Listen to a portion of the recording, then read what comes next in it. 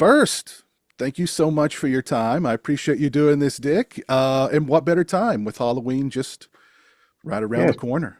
Yeah.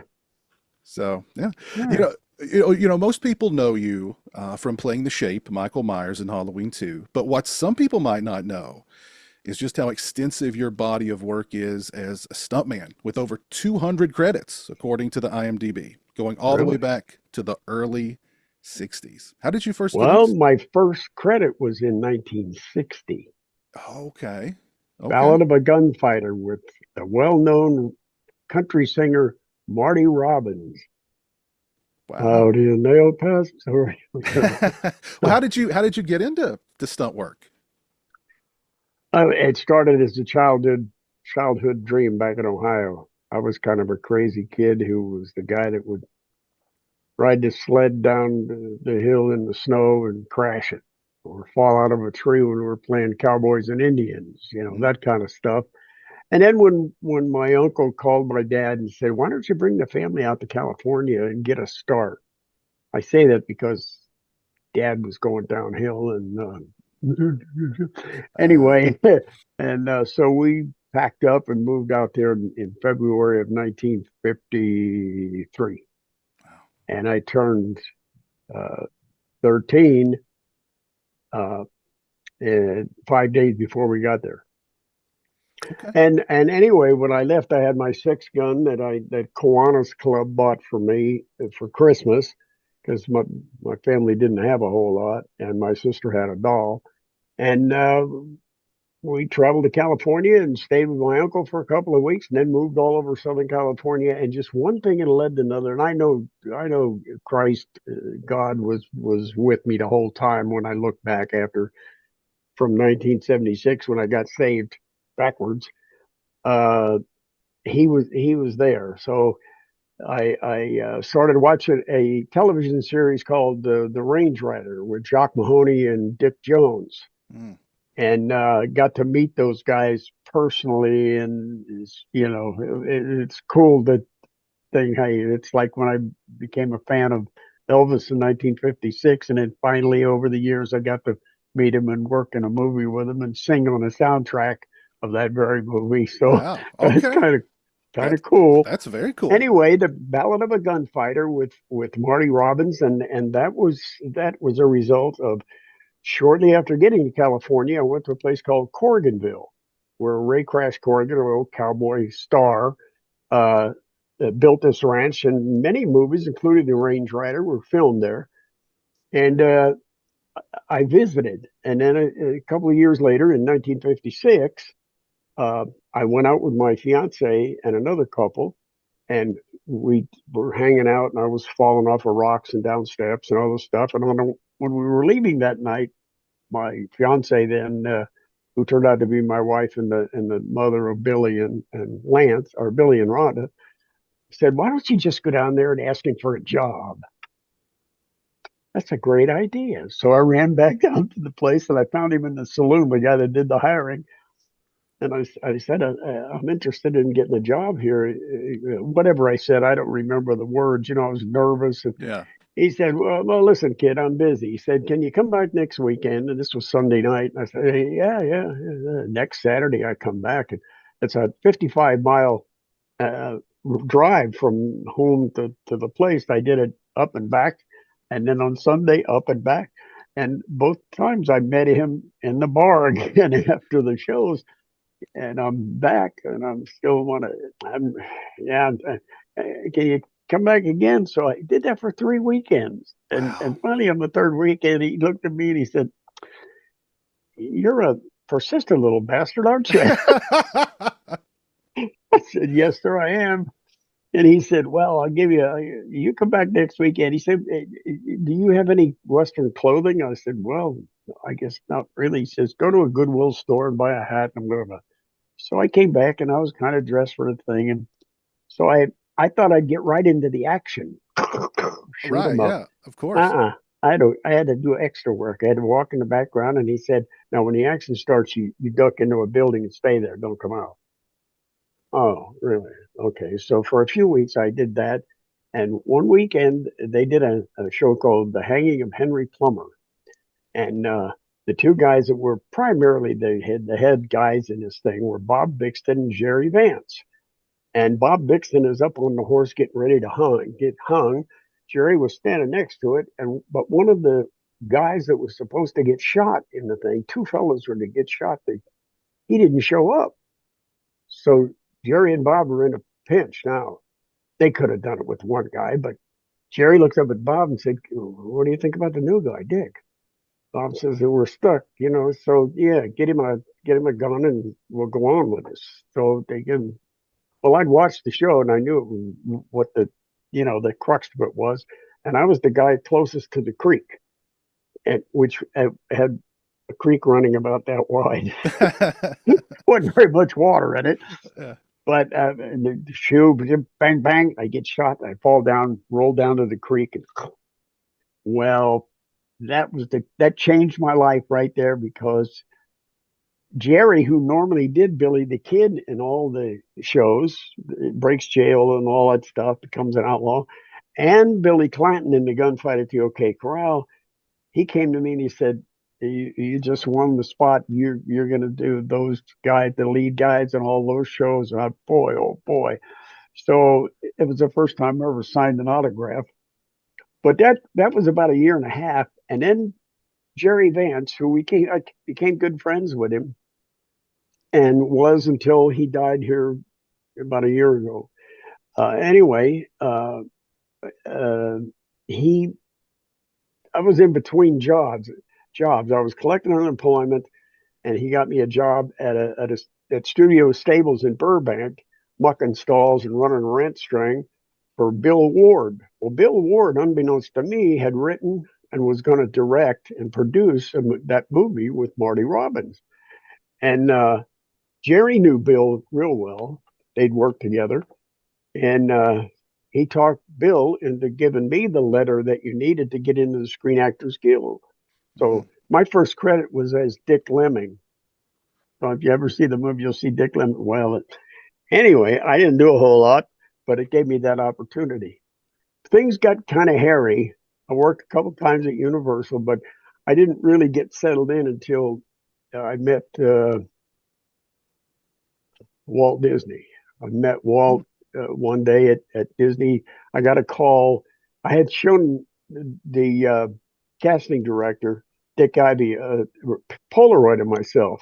Said, "Here, this man." He said, "Yeah." Well, next day he calls. He says, "I got a job for you tomorrow morning. Be here at 7." So I came in and uh, he directed me to the area I had to go, which was in in the building with the wardrobe department. It was actually the wardrobe department, and there was a desk in there and some film equipment, whatever. So I knew that he was going to do something on film, but I had no idea until I got in there and started asking questions uh, what it was. And they turned me around, and there's Walt sitting on his desk. He used to introduce that wonderful world of color. You Mm-hmm. wouldn't remember that, I don't think, but older folks like myself do. So we do a rehearsal. I meet him, and then we do a rehearsal, and then he calls me over. He said, "Come here." And I walked over there. He said, "Now, you're not going to upstage me, are you?" And I looked at him and said, "Would I do that?" I winked him. Walt Disney didn't want you to upstage him. Yeah, Wow. yeah. Okay. He's a class guy. He was a class guy. Really? He was fun to see around the studio. I remember one day he was walking with, I think it was Roy, his brother, and somebody else, and they were walking in front of me to the building on their left, which was where his office was. And that was the animation building and the finance department and all that stuff. And he stopped and he looked down, he reached down and picked up his cigarette butt. He said, "If this was a dime," he said, "it wouldn't be here." Well, hey, he was that kind of guy. But through He's right. that, I did uh, Blackbeard's Ghost, met Dean Jones and Michelle Lee, not Michelle Lee, but Suzanne Plachette and some other people, And then the next one was Computer Wore Tennis Shoes with a kid named Kurt Russell. Well, I knew who Kurt Russell was because I remember him kicking Elvis in the shin when it happened at the World's Fair. Um, I can go back a little to 1957, I believe it was six, the end of 56, I guess. My mom and dad had gone to Las Vegas, and my sister and I were home alone. And when they came home, well, before that, a buddy of mine brought over a record and he played it for me, and it was Elvis singing Heartbreak Hotel, and I was the one. Well, he let me have it for the weekend. My sister and I rolled the rug back and we danced to that record. I mean, it was, well, anyway, my folks come home and I said, Mom, you got to hear this. So I played it and she said, Doug, isn't that the guy we saw in Vegas with Shecky Green? And it was. It turned out to be the kid with the sideburns and shaky leg. So that was my first real thing with Presley. And Oh, after that, I was a fan. I was a big fan. But now, going back to the future, uh, Bing Russell, Kurt's dad, had seen me in the computer wore tennis shoes. And he said, you should put this kid in your contract. Didn't know that he was 18. We celebrated his 18th birthday on that movie. And he didn't know that I was 27 years old, right, right, yeah. so, because I was still playing a kid. But that was the start of the whole thing. I could go through the whole career, Well, but I mean, I think that the key words here, persistence and taking advantage of opportunities. yes, yeah, that was, yeah, you did. There you His go. dad put me in his contract. He said, I don't know how to do that. He told Kurt, put him in the contract. He said, Dad, I don't know. He's out, take care of it. So Bing contacted the agent and got me in his contract. And whenever they called him, they had to call me. So that's how that whole thing Wow. started. Well, I'm sure Kurt Russell will be brought up here later on in our conversation. So, Mhm. what would you say is what would you say would be the most dangerous stunt you ever performed? You ever been to LA? Yeah. Been on the 405 freeway? One time I came out last year for Halloween 45. Oh yeah. Well, getting from the airport, if you came into LAX, Pasadena can be at the wrong time of the year or time of the day can be dangerous. Mm. That's the most dangerous thing. Now, really, the most dangerous thing I've done, I don't, I've been on fires three, 4 times. I've wrecked cars or crashed on my motorcycle, but it wasn't a stunt. It was an accident. Mm. Uh, I don't know it. That's a hard question Well, to answer. was there ever a stunt that they wanted you to perform that you was like, no, this is too much, too Yeah, dangerous? No. yeah, yeah. Myself and two other guys went to San Francisco to do uh, 4 episodes of Emergency that were done after the series ended. Mhm. I worked in 6 or 7 emergency episodes, and there was one director there that really liked what we did. All 3 of us at different times, so he made sure that we were up there because this was on the Golden Gate Bridge in the Arch. I was a guy who falls and gets hooked up, and I'm just hanging there, and I was to be rescued. And when they talked to all of us on the phone, we talked about the safety factors. What's you got, you know, we're all safe. Oh yeah, guaranteed, no problem. We get up there, there's no cables except what I was hung from, and I said, well, what about do you have a ladder, off of a fire engine to get up there if I have a appendicitis attack or some, goes wrong? Well, no, it'll go up like 90 feet and you're 110. Well, anyway, the conversation went with the 3 of us that we decided to go talk to the director, and we said we're going home. So we Yeah. went home. Yeah. They got somebody to do it, I guess. I didn't see it. Wow. And I suppose they got somebody to do it, but yeah, I didn't do that. Well, I believe it was on Rollerball that you sustained an injury where you were unconscious for like 3 days. Is that Yeah, the worst injury you ever sustained as a yeah, stuntman? Yeah. That was the worst. Well, not the worst injury. I guess it was the worst head injury. I've Okay. had a lot of them. I did a show at Disney for Joe Flynn where it was now you see him, now you don't. It was a spray that made him invisible. You know, people. So they got Joe Flynn, if you know who that is, Captain Binghamton from McHale's Navy. Oh, okay. Yeah. Anyway, he was the character that they accidentally sprayed, and his upper half was.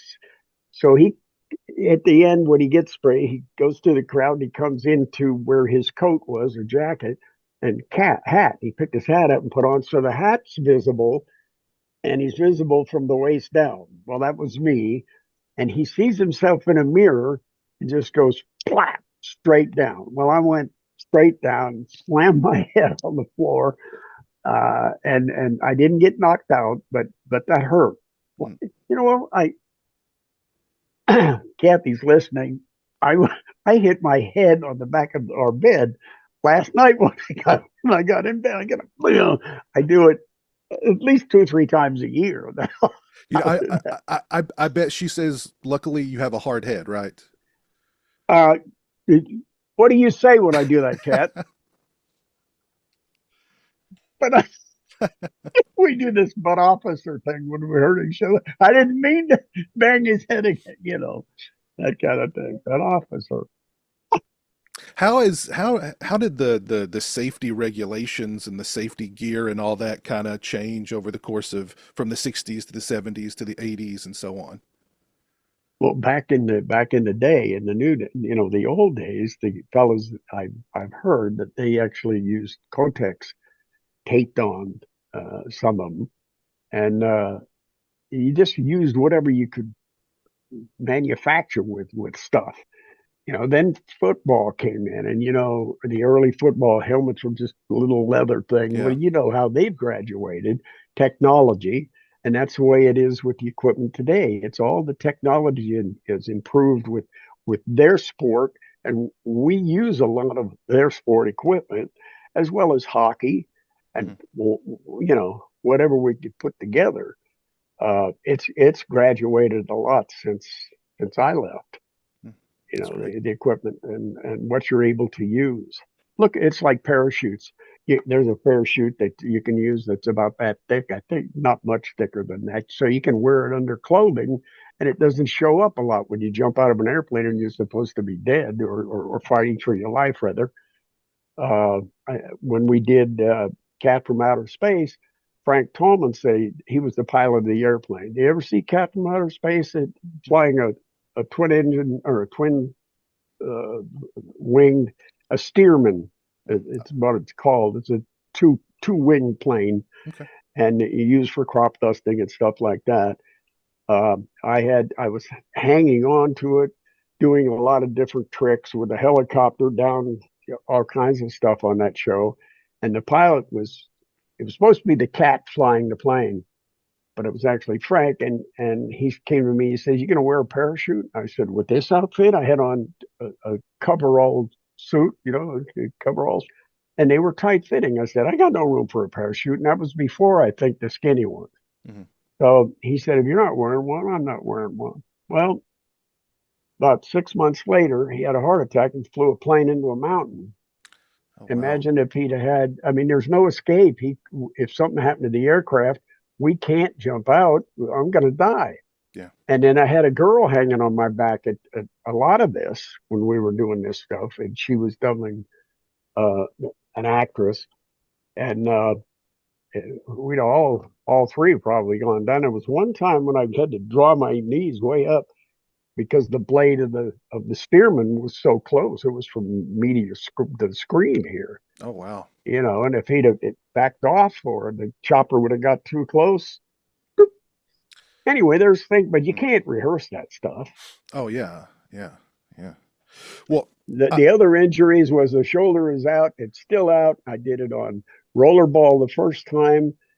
Uh, then I did it on the relic, and I think that was it. But it's in bad shape. I've had mm, no both knees replaced, and my hips are starting to bother me. I may have to have those done. mm. I'm sorry, I keep interrupting you. No, no, you're fine. You're fine. No, please, just, I love hearing the stories and everything, and that's what people don't care about. What I have to say, they want to know what Dick Warlock has to Well, say. I still don't understand. Well, Anyway, like I was saying, you've got such an incredible body of work, and you stunts and stunt coordinating and acting, and I mean, look, to horror geeks like me, I mean, you're a legend. in my own mind. Well, and us too, in our minds too. Come on. I'd like to throw a couple of movie titles at you that you performed stunts in, and if you have any memories from that you'd like to share about them, please do. You got to work on a movie that would become the highest grossing movie of all time, Jaws. Jaws. Yes. Yeah. What was that like? That was interesting. The movie was already finished. It had been finished for a while, and they realized that they needed some in the cage kind of drama with the shark, but Hmm. they didn't have that. They hired a little guy, a Hmm. little person, and they took him. He when he showed up for the interview, he had a place on his head, and Stephen supposedly asked him, "What happened to you?" Well, I was in an automobile accident on the way over here. Well, that you got the job. You're tough. Right. Can Yeah. you scuba dive? Yeah. Well, when they got him to Australia looking for a big shark, Ron and Valerie Taylor, he didn't have any experience doing that. So they get him dressed up and they tried to show him how to use this stuff, and he panicked, and they a shark hit the cables that were holding the cage up, and it stuck its nose in there, and people panicked. And where's the little guy? Where's the little guy? And he had gone down and was getting his clothes off. Said, I'm out of here. Yeah. That's the story that I've heard. And I gotta I this little fellow was putting pictures in Enquirer magazine saying it was his, my brush with death, And it was him, rather, and it was me. It was pictures of me. So I wrote to studio, and Stephen wrote me back just a little note about this fellow, and he says, "We know he was a facsimile, but we also know you're the real thing or something, Steve. Yeah. Thanks, Steve. Stephen Spielberg." She wrote his full name out, but anyway, that's the Jaws thing, and I had a thing where the shark hit the cage and knocked my regulator out of my mouth for briefly, and I'm doing this for the guy up above. And anyway, I got it back in and everything was good. So did they have you in the cage with with real sharks or with the Bruce, the fake shark? Oh, listen, which version do you want to hear? Oh, Real your choice. shark, a real shark I could push away from me. But that one, 2,800 pounds or whatever it Mm. weighed on this gimbal. And you got Steven on one side talking through a porthole, talking to Whitey Crumb, who's around on the other side, looking at the shark going this way. And he's got the same thing with the Titan. So it's just The controller, yeah. in one of Yeah. these, Yeah. working the shark, and Steven's on the air. So got a microphone, and he's calling to Whitey, "Hey, open its mouth, bite it, it gets in front, left, right, move in, move out." And it was hilarious. So we did 5 days shooting that stuff. One Wow. of the things when I first got there, they took a curling iron, a woman's curling irons for Hmm. curling their hair, and they curled my hair.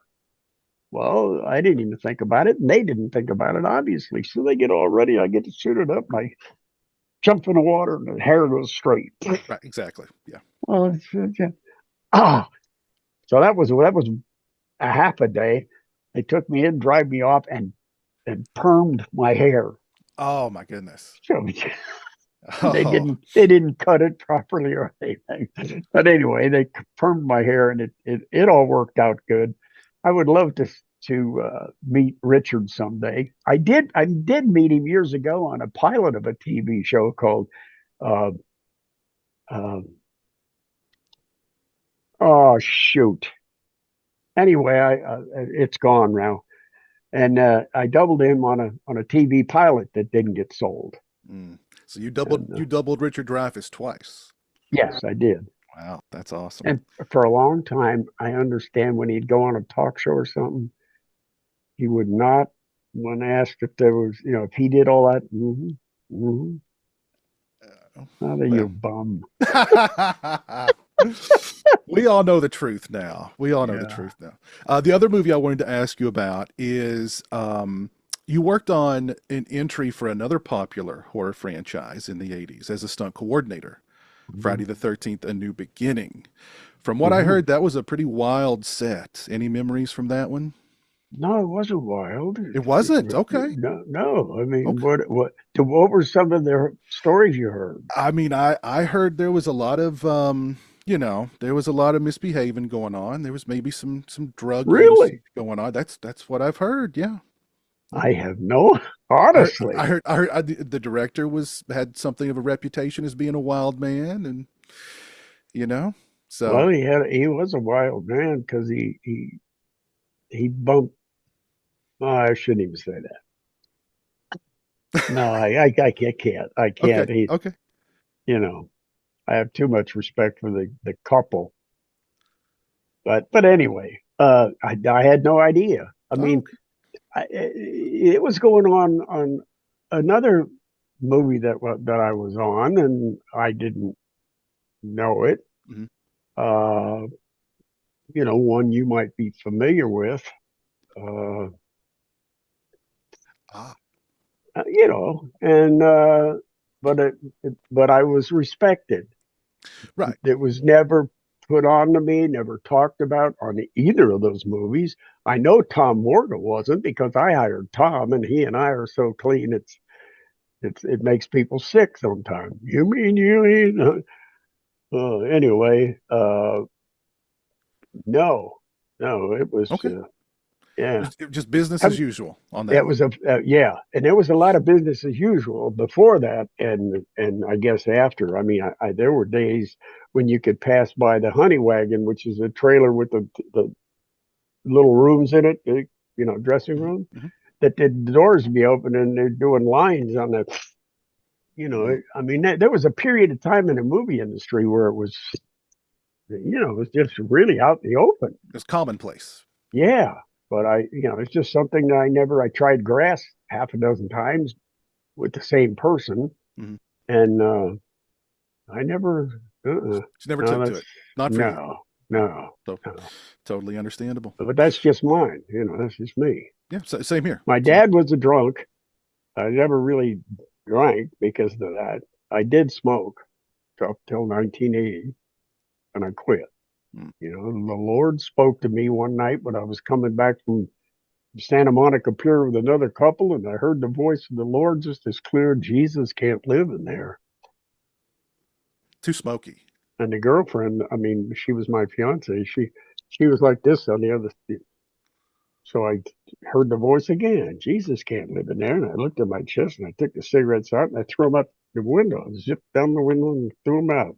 And right at the top of the 405 going into the San Fernando Valley. And on the way home, I would have passed. I didn't have any more cigarettes, but I would have passed Ralph's Market and stopped in and bought some. Uh-uh. It never That caught was it. me. It never. And then I did a movie called Quicksilver with Kevin Bacon, where I was Mm. a cab driver.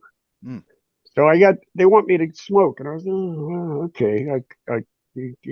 So I put the Marlboro in my mouth and lit it up, and I didn't really smoke, right? Yeah, yeah. And the director comes over, he's on the car door, and he said, I can see what you're doing. I said, what do you mean? He said, the way you're smoking like a girl.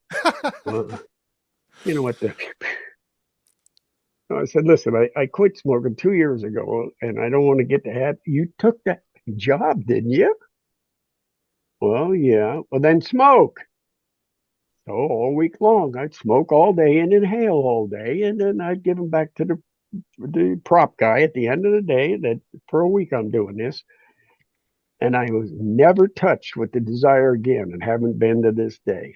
That's awesome. That's Mhm. awesome. I'm glad. That's really cool. Yeah, Really cool. yeah. I love And that. for those that you object to that kind of chatter, too bad. There you go. There you go. Well, well, let's talk about Halloween. Like I said in the beginning, it's right around the corner. And you are my favorite Michael Myers performer. Don't tell Nick. No, I won't. I won't. But Don't know. I love the look of the mask on you. I love the way you walked. You're creepy. You're sinister. You're scary. You're my favorite, and a lot of others too. I've heard Yeah. from many others that have said, "Oh, there's just something about They Halloween 2 mentioned the Michael walk, Myers." Yeah, you know, and yeah. when I saw the movie, there's a couple of scenes that I didn't like, and one I thought I did walk too slow, and but it worked because I had by that time I'd heard a lot of compliments on that walk, so I accepted it as being what the people liked. The other one was Oh yeah. You don't like that scene. not my favorite scene. No, Okay. I just thought I could have kept my hand down a little more and shown the blood. But then I watched it sometime back, a couple of months, and I realized that I did take my hand away a couple of times that you could see that. Hmm. But yeah, that was I liked the coming down the steps, not looking Oh yeah. Yeah. down. Yeah. That complimented, you Uh-huh. know. Oh yeah. And Yeah, I the way you enjoyed it. I had a lot of fun. yeah, I mean, it looked like fun. The way you hold the scalpel too. I mean, that's just I love it all. Yeah, you mentioned like, did Rick Rosenthal give you any specific direction about how to walk or how to Now, play Michael? this is not in no way to demean Rick. Rick was a great guy. You know, we didn't become chummy. Hmm. Yet I didn't know it was Rick's first movie. I had no idea. He was Hmm. very professional. He knew what he was doing. He just never had a chance to do it, until that movie. Yeah, yeah. And I didn't know that I thought he was but I guess they weren't. But no, it was point A to point B. Yeah, you're going to come from here to there. But I was never told by Deborah, who was there every day, how, whether you speed it up just a little bit or whatever. And they seemed to like everything that I did, or they should have said so, I would think, Hmm. one or the other. Uh, so I don't know what to say about the walk. I think did I mention about the how I got my hand around or my head around the character? No, that was actually going to be a question. If you, because you have an acting background as well. I was wondering if you put any kind of like a methody kind of thing into it. I don't have an acting background. I can't act. I suck. I do. There's no doubt about it. I mean, I can do a little bit part. I've done a lot of those. Hmm. Hey, they went that way. Yeah, get shot and fall down. Little things like. Anyway, no, I would love to have acted, but I did a movie where my son said, "Dad, you look like you're in a totally different movie than this one." Anyway, what was the question? Well, if you And, how you got your head around the character? Did you how did oh, you? Yeah. it was the scene where I watched the movie because I hadn't seen the movie when I got the job. So Deborah gave me a VCR of it. So I watched it. And the only thing that I saw that I thought, hey, I like that. Uh, when Tommy Lee Wallace busted through the door and Jamie Lee stuck him in the eyes Hmm. and he fell on the floor, then when Nick raised up and just came up like that, it was mechanical for me. Hmm. That's the way I saw it. Hmm. And it's not quite as mechanical as I remembered it, but that's why I decided to do him. And then of course I snatched the head tilt from Nick. Hmm. He did it first. But the walk, his walk varied. And you didn't really see him walk that much.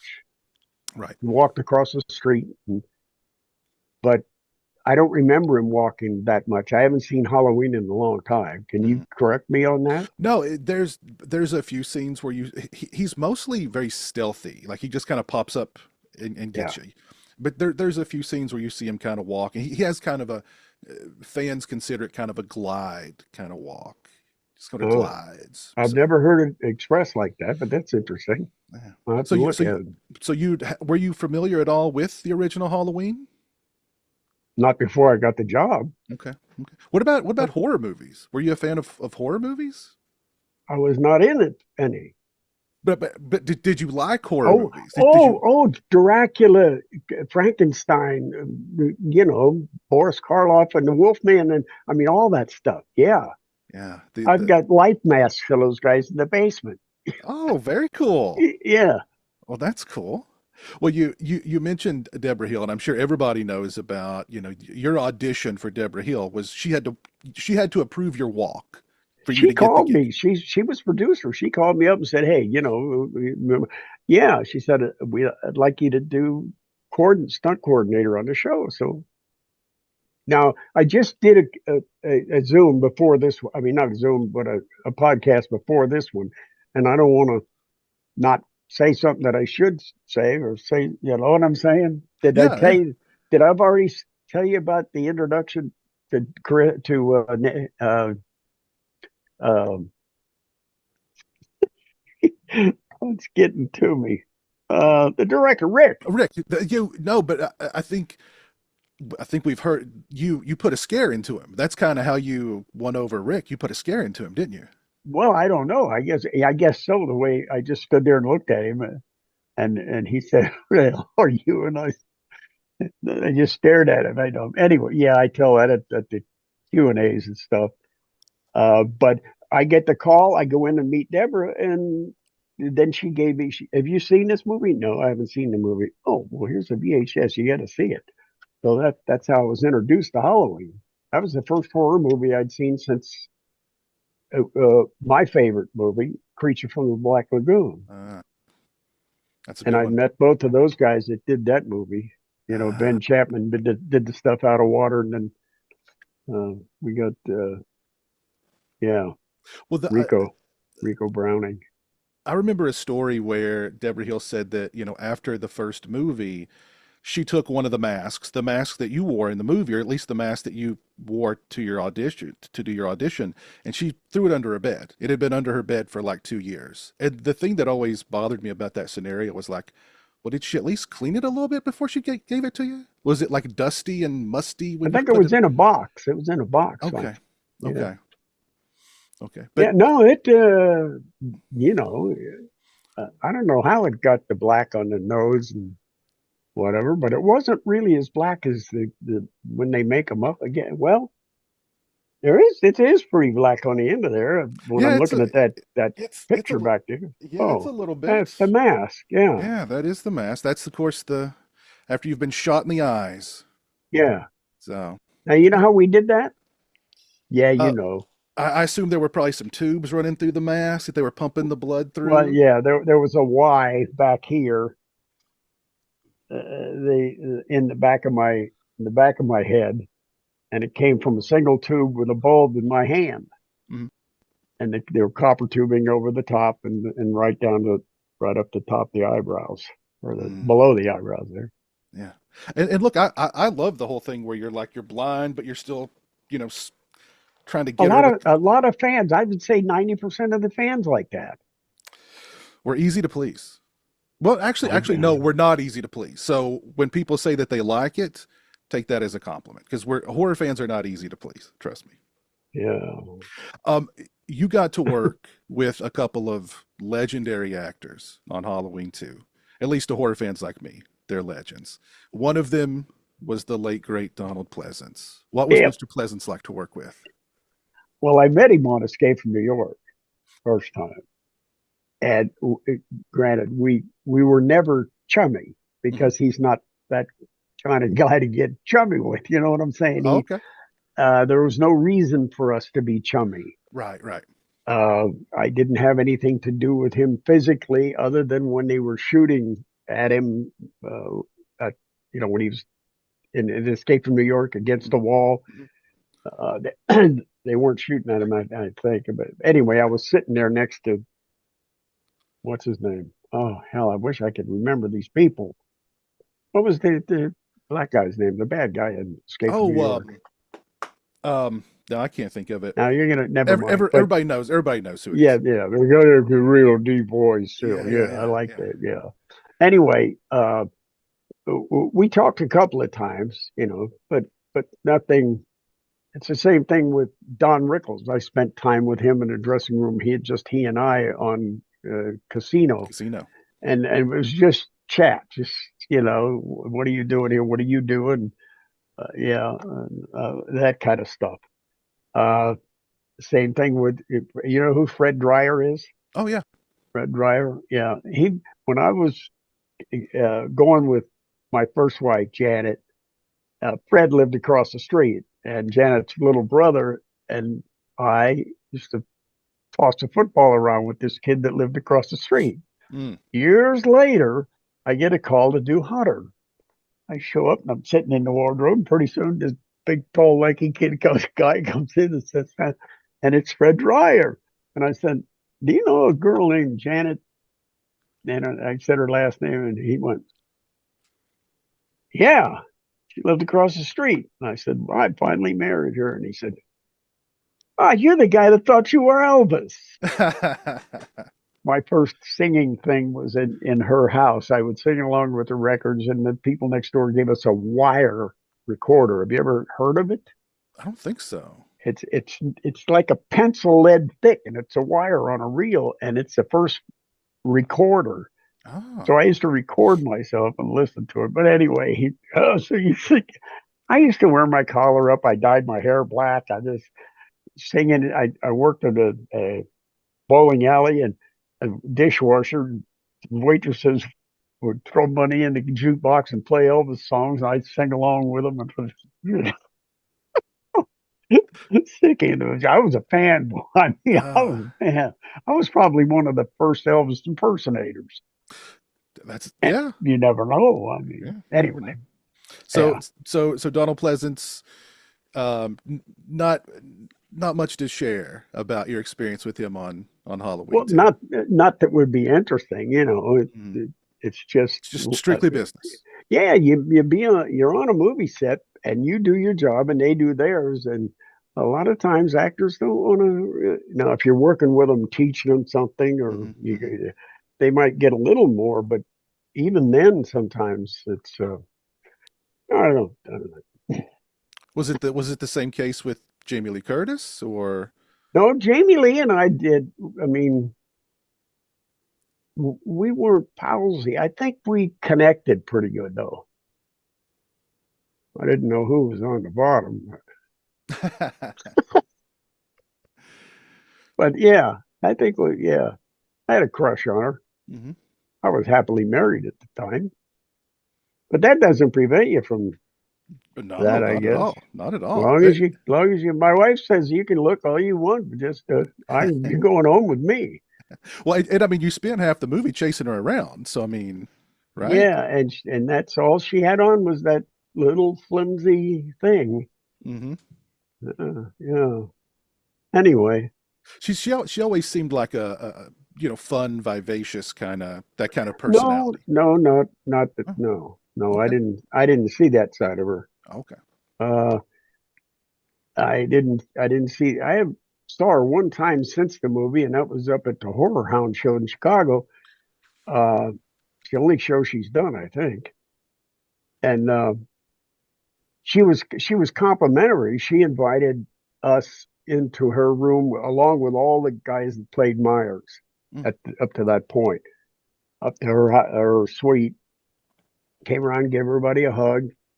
Wasn't overly friendly, She just and then there was a time with the elevator door opened and she was outside and I was inside. And she said, Warlock, Mm. but I don't know whether that was for the crowd or what. Well, maybe she was just genuinely happy to see you. Yeah, could be. Could be. Yeah. Uh, Two stunts from Halloween really stand out for me. I can vividly remember first seeing the death of Ben Tramer when I was a little kid, and it Yeah. shocked the crap out of me. He gets hit by a police car going 90 That miles was an me hour. driving the police car. That was you Yeah. driving. He gets sandwiched between the police car and a hippie van, and then Yeah. the whole thing bursts into flames. Yeah. How was that stunt pulled off? Well, Jack and I talked about, uh, I suggested a platform about 12 inches, 10 to 12 inches across the front, about that far off the ground. You know, he counts, we rehearsed it, and he counts his steps. I come down not too fast. I think it was about 12, 14 miles an hour, if that. If you remember, the lights were going crazy on Yeah, top of the police car. they Well, sped it up. Yeah, yeah, they had to, yeah. because I was not going to run into Jack. You know, Oh, of course. I'd have really literally run him. I might as well have run him in the car into the. Anyway, he counted. I came down. Boom. He just stepped, turned, and stepped on that thing and folded over the hood of the car. He never ever complained, so I guess he didn't get hurt. If he did, he's not going to wimp out on me. Right. You know what I mean? Uh, I dumped him in a big trash bin Uh, on Cat from Outer Space. He slid off for Roddy McDowell, slid down this corrugated roof, slid off into a trash truck that was. Oh man, and I don't know what he put inside. You know, I wasn't there. I said, "You wrangle this with the effects guys." Anyway, yeah, he was a tough one. He was a tough guy. yeah, yeah. The firewalk at the end Yeah. of Halloween 2. I'm sure you've been asked about that one a million times, but it's still one of the biggest firewalks that I can remember seeing. It's like a freaking inferno. And here you Where come did where strolling did it through go? it. You've still got your scalpel in your hand. I mean, that's determination. So, It is well, yeah, okay. No, you're on fire and you're still holding your scalpel. It's still about business. Oh, okay. uh, Okay, so how it was set yeah, up. Okay. yeah. This is propane. There were fans blowing the fire out. When now this is after the explosion, Hmm. and then the guy walks through here and down the hallway. I had to show that to another guy. That was his only reason for having a podcast, because he wanted to figure out how to. How I you got did to put my house back in. you want to know how you did the fire? I mean, that's a Yeah. very impressive because it's an inferno. It just looks very very dangerous, that firewalk. Well, it fire is dangerous. Hmm. It can be like water. Water can be dangerous too. Hmm. Oh yeah. Uh, but the way they rigged it up with the just the fans and the suit that I borrowed from, I rented it from one of the stunt guys that was actually there as a safety guy on this when we did that thing. Uh, his name is Mickey Caruso. He's passed away by now, and the way it all came together, it was just great. And I didn't recognize the zippers in the outfit, right? Oh man. And so as I'm walking down the hallway, you can see the arms jerk, boop, and then they jump again, and then I go down. But that's because it was getting real hot The right up zipper. here on Yeah. there. And I have photos of that afterwards, sitting in a chair, and the medic on the show was putting salve on my arms, and one of the drivers was looking over my shoulder. But anyway, yeah, Ah, uh, that is what it is. yeah. Well, you mentioned that Debra Hill was on the set like every day. Was John Carpenter at all involved in the production? Was he Oh there? yeah, oh yeah, Oh, yeah. okay. There were 3 days. I always thought it was one, but Lance, who played the boombox boy, Hmm. said, "No, Dad, it was 3 different days. You did the killing of Annie when you jumped out, cut her throat off, cut her throat. Hmm. He did the when he bumps into me, Hmm. and there was another scene right off the top of my head I can't recall. But anyway, there were 3 days that we moved different places, and that was the scene with the boombox boy. That was him, and that was kind of interesting how he got the job. He was visiting with me that night, And John came into my trailer and we got to talking about the night's work. And I said, "Who's going to play the kid here?" And he said, "I don't know yet." And I said, "Well, how about Lance?" And he really didn't know because he said, "Yeah, I think that'd work out okay. He doesn't have to talk." So he got with John, and they gave him a hat, and a vest, or a jacket, and the radio came from one of the grips. And I got photos of John showing him how to walk, and he did fine. And he signed a picture for Lance that said, "I wish your dad was as good an actor as you are." That's He funny. treasures that. Oh yeah, oh yeah. He's probably got that framed somewhere. Yeah. So John had 3 days of different stuff. Okay, okay, all right. Yeah. Well, and I mean, clearly, I mean, you guys all got along because you sort of Oh became a yeah. member of that Hill I was a Carpenter member of the family. family. Yeah. Yeah. Yeah. He got me the thing, or Deborah did, or no, it was John. And then Deborah called me for Dead Zone. Mm. Remember with Chris Walken? Oh Yeah, yeah. did Dead Zone, and that was the one I walked off from. I walked off of that one. Didn't have any choice. I had a choice between the other guy and me, and so I left. So what happened there? Why did you walk off? Well, it was a problem with the effects guy. Uh, I, I I couldn't grasp what he was trying to do with it. Do you know the movie at all? Oh yeah, I love the movie. Yeah, the kids are skating on the ice, Yes, right? yes. Well, I hired little people to do that, double the kids, and the stuff that was used as ice, Hmm. it was I'd never heard of that product, but evidently they made it work. Anyway, I had a disagreement with them, and so on, and Mm-hmm. so I just went to Deborah and I said, "Listen, I got a little problem here," and I didn't know there was a friendship. Uh, and she said, "Well, he's going to stay. It's you or him." And I said, "Well, Bye. mm-hmm. Mm. Mm. Well, in Halloween 3, you got in Halloween 3 there too. You were one of the henchmen, no mask this time. Though you had to That was drool, you had to yeah." drool that yellow stuff though. Oh yeah, yeah. You know what that was? What was that? You don't know, No. Justin?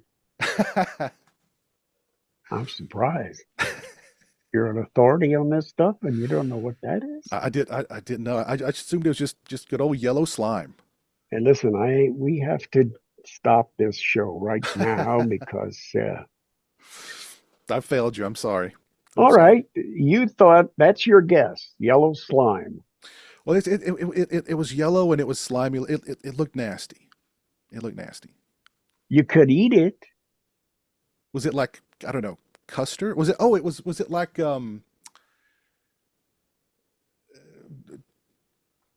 just tell me. Frozen Okay. orange juice. Fro You know what? I think I have heard that. I think I have heard that was frozen orange juice now. But yeah, So wow, simple. I frozen took orange a juice. sip and laid there and just doubled it out. Ah, no, well, now I know. Yeah, Yeah, come to think of it, I think I have frozen heard orange. orange juice. You Hey, know what? I made a mistake a long time ago. I offered, I said, "I'm going to give a free picture to anybody who can come up with the answer." I was flooded with answers. oh my God. One guy answered, and everybody knew. You know what I mean? It Uh, just went. So yeah, I think just I went. gave one picture away and said, "Yeah, yeah, yeah." What was the dead zone the final time that you worked with them? Did that kind of Yeah, sever the yeah. relationship after you walked to? Okay, Not only that one, it severed the. See, that whole family was like a wagon wheel. And that right. was the hub. I mean, it had a lot of spokes, Mm-hmm. Mm-hmm. and the only one that stuck by me was Kurt. He stuck by me Mm, through all of that. yeah. Well, good on him. Mhm. Good on Kurt. Yeah, yeah. Well, Debra Hill's unfortunately no longer with us. She was a Yes. trailblazer for women in the entertainment industry. I don't Um, like to talk about that because she's not here to defend herself, see? right, right, right, So right. you know, What was eh, what was she like to work with? What's a fun.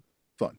I mean, it wasn't jokes or all that. She was just warm and friendly. Mm, She and I liked each other, you know, and it's a shame that it ended that way. yeah, And that's where I was talking earlier about the respect of people and their beliefs and what they do and all that kind of stuff. Yeah, there yeah, was a respect back and forth that way. yeah. That's great. And of course, John Carpenter's like this iconic figure to horror fans like myself. You worked with him many times. What was he like to work with?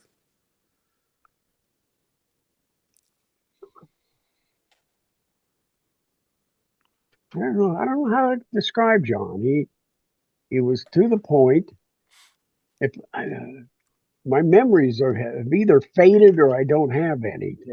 I remember one day he came to me and we're going to do a scene out on on a bridge here locally, and he said, get together with the effects guys and put something together for me. It's this escape thing, you know. Hmm. So I put that all together, and then the one that I put the one together where it's not lit very well, but where I back the station wagon through the pile of cars that comes down. Okay.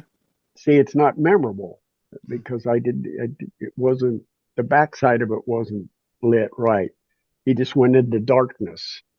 But I liked the stunt itself Mhm. because the guys had built this wall of cars stacked up, you know, and whoop, they're shooting arrows and stuff, and I turned the car around and then back through it, and it looked pretty good. There was one mistake, and it was mine. I forgot to turn the lights on, the Ah. headlights. So when I come around, they're off. So I quick grabbed the light switch and blinked it, like it fouled up the you Yeah, know yeah, yeah, yeah. the light system. And I don't know, remember whether they ever came on or just stayed off Mm. after that. But It's quick thinking on your part, though. Quick thinking. So well, you direct and to the sometimes you point. need to. Yeah, Exactly. Yeah, yeah. And we've mentioned Kurt Russell a couple of times during our conversation. You doubled for him for over 25 years. yeah, You about that. guys, Yeah. I imagine you guys had to be pretty tight. Is he as cool as he comes off in his interviews? Well, basically, I watched him grow up Well, from a teenager to a man. mhm. You know, but the only time we were together, but after the first or second movie, he came by the house. I invited him, and he came and had a beer with me, and but only those two times did we ever get together socially for anything. It Oh was wow. always on the movie. He'd call me and say, "Hey, I'm doing this film. You got a couple of weeks or you got a month or whatever it was, and I'll see you there." And then when we're there, he'd say hello when we first, in the morning and whatever. But it wasn't like it was a loyalty on his part and a loyalty on my part to do my best for him. Mhm. Uh, But at the end of Tango and Cash, when we had a phone conversation, because I had gained a lot of weight and struggled to get it down, but I was so weak, and I was in a place where I wasn't wanted. And that was one movie where I wasn't wanted by anybody but Kurt. Kurt Mhm. wanted me there to double him, and I went for about half of the or a quarter of the movie, whatever it turned out to be. And I called him one day and I said, "Man, they got somebody else wearing your clothes, doing the action stuff in a basement of a building somewhere that I went and saw." And I said, "I don't want to be here. I'm overweight. I'm still 10 pounds heavier than you are." And there was a big misunderstanding. And before the conversation got too far, he said, "I'll call you back." And he hung up. And he went and talked to the producer, the second unit director, the second unit stunt coordinator, who hired all the people that were doubling him, and somebody else. I think it was four people. And he came back and said, "I've talked to everybody, and nobody's going to wear my clothes but you." And I said, listen, Kurt, I mean, and he was quiet for a while, and then we just ended the conversation, uh, which I thought was an understanding for my reasons, not to continue on that movie. I didn't know I was not ever going to double him again. Mm. I just said, I can't do this. And so I think he took it that I can't, because he did say, find me a double. But I didn't know he was talking about the future. I thought he was just talking about Just that that movie. movie. Hmm. Yeah. And so that I never heard from him again and still haven't. I've never talked to him. Hmm. Been two times with him on where the guy that plays Skyler in the early Disney movies, the redheaded kid that is Mike McGreevy is his name. Nice guy. He was on the phone. We were at a convention, and he got on with Kurt. He said, "Hey, Dick's here. You want to talk to him?" And then it was quiet. He was, "Oh, okay, talk to you later." And I knew he did, and that happened twice. And Uh, but you know what happened? There's a couple of fans that have gotten together. One of them did a videography of my life story here at the house, and the other one is writing. They're both writing the book together about my life, and Kurt has written the foreword to it, which I think that's great. that that's it. That is, man. Yeah. That's classy. I Yeah. mean, he's a busy guy, and we haven't had a real closeness, so I can understand him maybe not wanting to call me up and say, "You want to go hunting on my ranch?"